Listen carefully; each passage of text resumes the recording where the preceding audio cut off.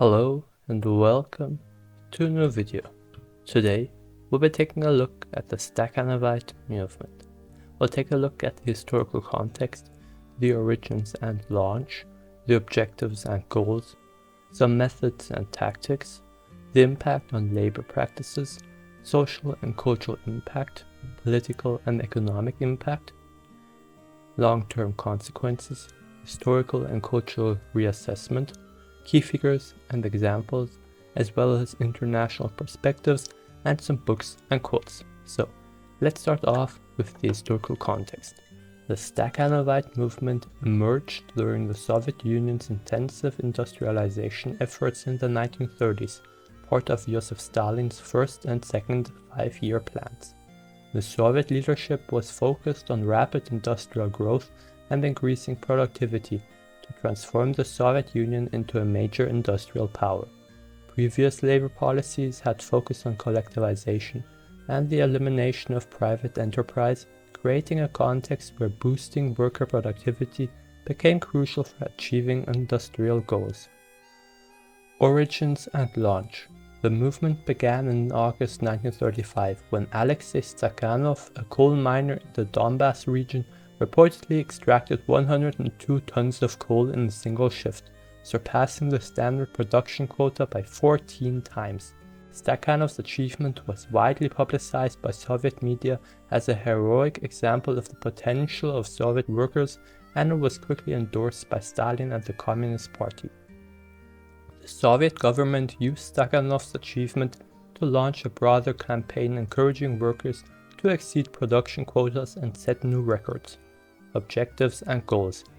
They aimed to enhance productivity in various sectors of the economy, including mining, agriculture, and manufacturing, by encouraging workers to surpass their quotas.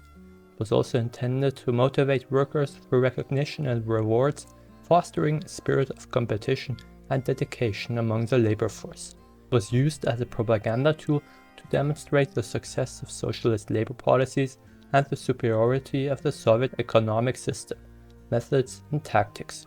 Workers who achieved exceptional productivity were celebrated in the press, awarded honors and given privileges such as higher wages and better living conditions. The movement was replicated in various industries, with workers in agriculture, steel production, and other sectors encouraged to emulate Stakhanov's example.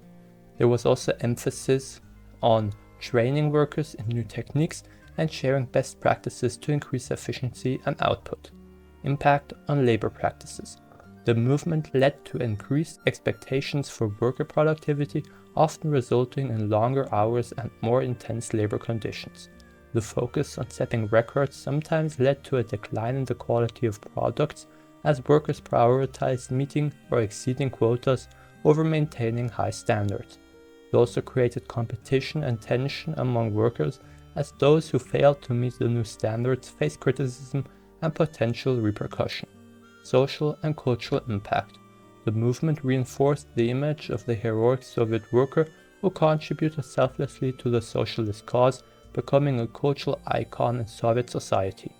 Provided a framework for recognizing and rewarding individual achievement in a collective system, which helped motivate some workers while alienating others. The state used media extensively to publicize the achievements of Stakhanovites, creating films, articles, and posters that celebrated their contributions. Political and economic impact.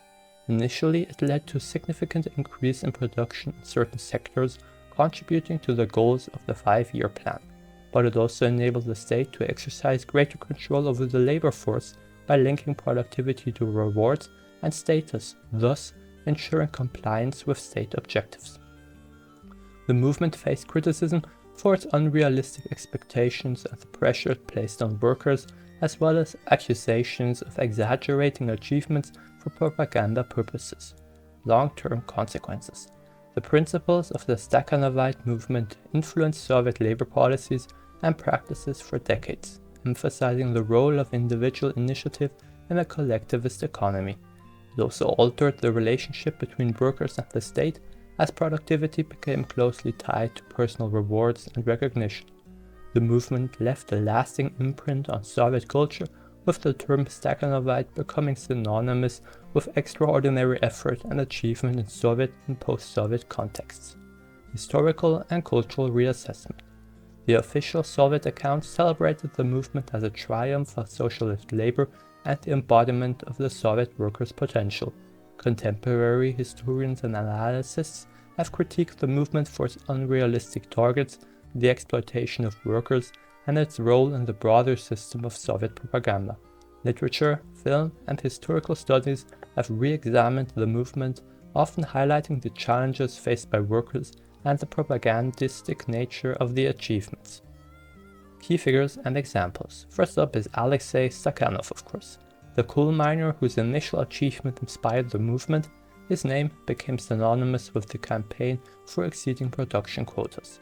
Other Stakhanovites, workers in various sectors who achieved notable productivity records and were celebrated as Stakhanovites, such as Maria Demchenko in agriculture and Pasha Angelina in tractor driving.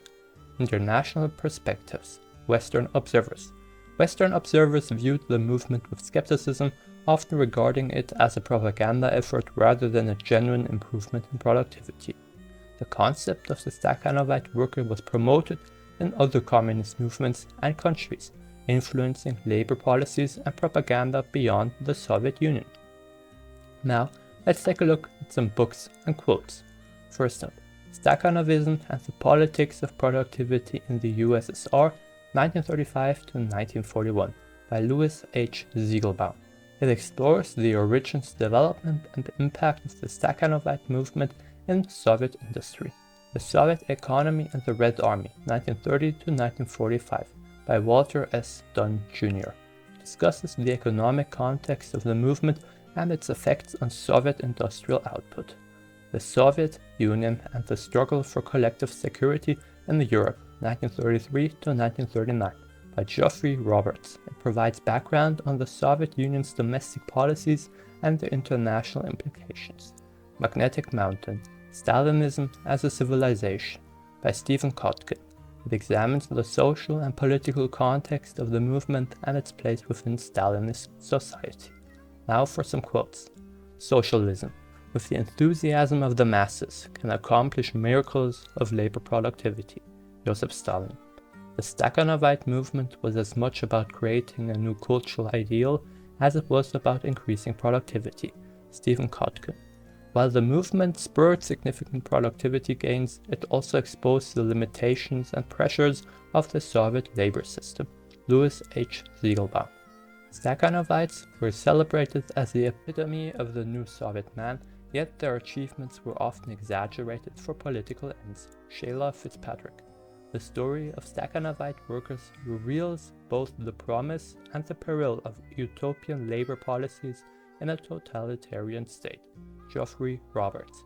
The movement highlighted the contradictions within the Soviet system, the push for individual excellence in a supposedly collective society.